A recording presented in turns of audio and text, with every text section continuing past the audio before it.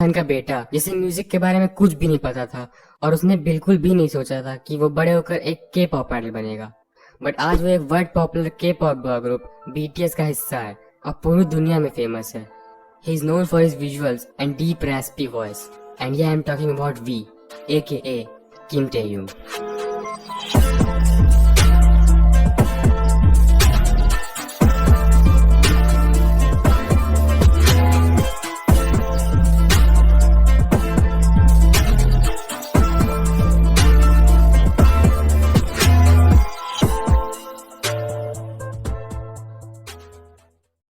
So this story begins on 30 December 1995 जब south Korea के Daegu में रहने वाली एक फार्मर फैमिली में किम टेयुंग was born.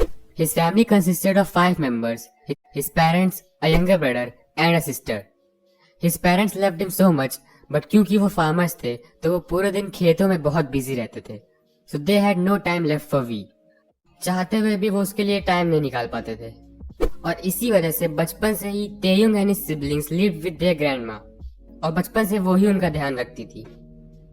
So Taehyung went to a local arts school और जिमिन भी उसी स्कूल में था and they were classmates.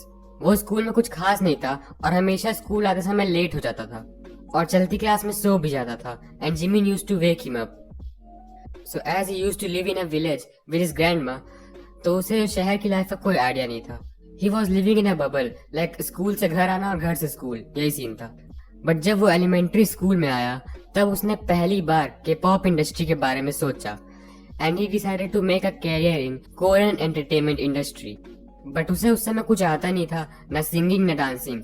So he told this to his father that he wants to become a K pop idol and his father supported his decision and then we started to take saxophone lessons because his father said that a singer should at least know how to play one instrument.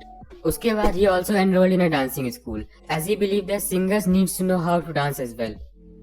तो उसके बाद when he was in 9th grade तो वो एक दिन big Hit entertainment के auditions में गया। ऑडिशन देने के लिए नहीं बल्कि अपने एक दोस्त को कंपनी देने के लिए।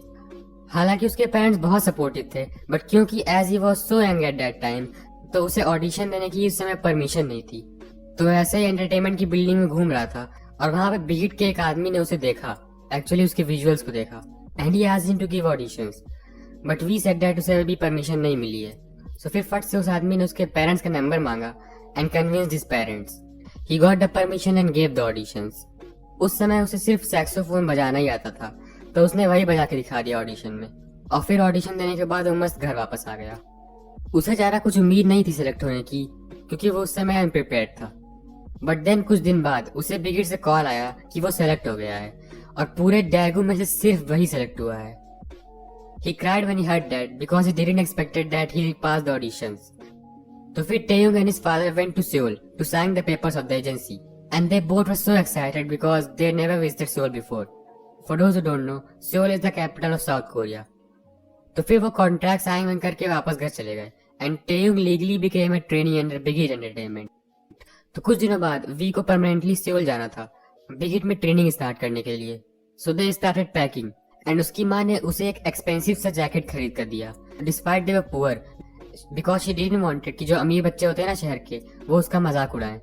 सो फिर वो अपना सारा सामान और जैकेट वैकेट लेकर सेओल के लिए निकल पड़ा।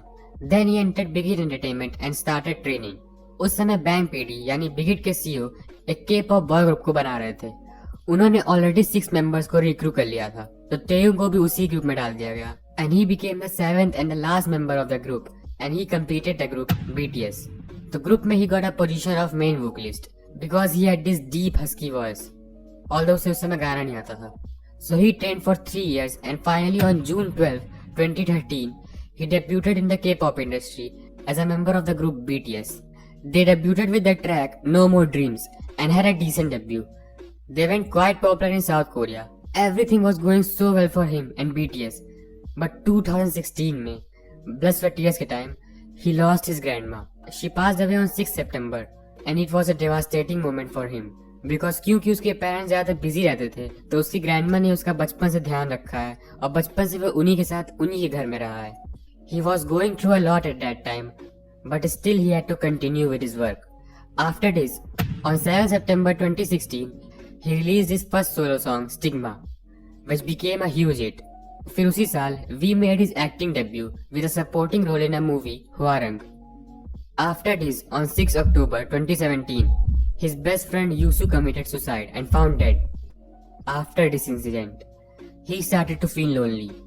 वो चुप चुप सा रहने लगा. और if you'll see the interviews of any videos of BTS at that time, तो तुम्हें पता चल जाएगा कि मैं किस बारे में बात कर रहा हूँ. Although he had his bandmates, but still जो बचपन का दोस्त होता है वो तो अलग ही होता है.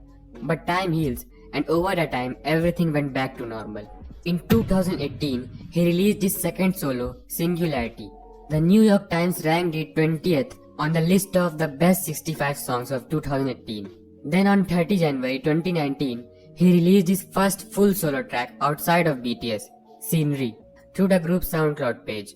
It broke the SoundCloud records for reaching 100 million streams in over 14 days, which is the shortest time in the platform. इस तरह he released several songs after this. तुम विकिपीडिया पे चेक कर सकते हो if you want more details.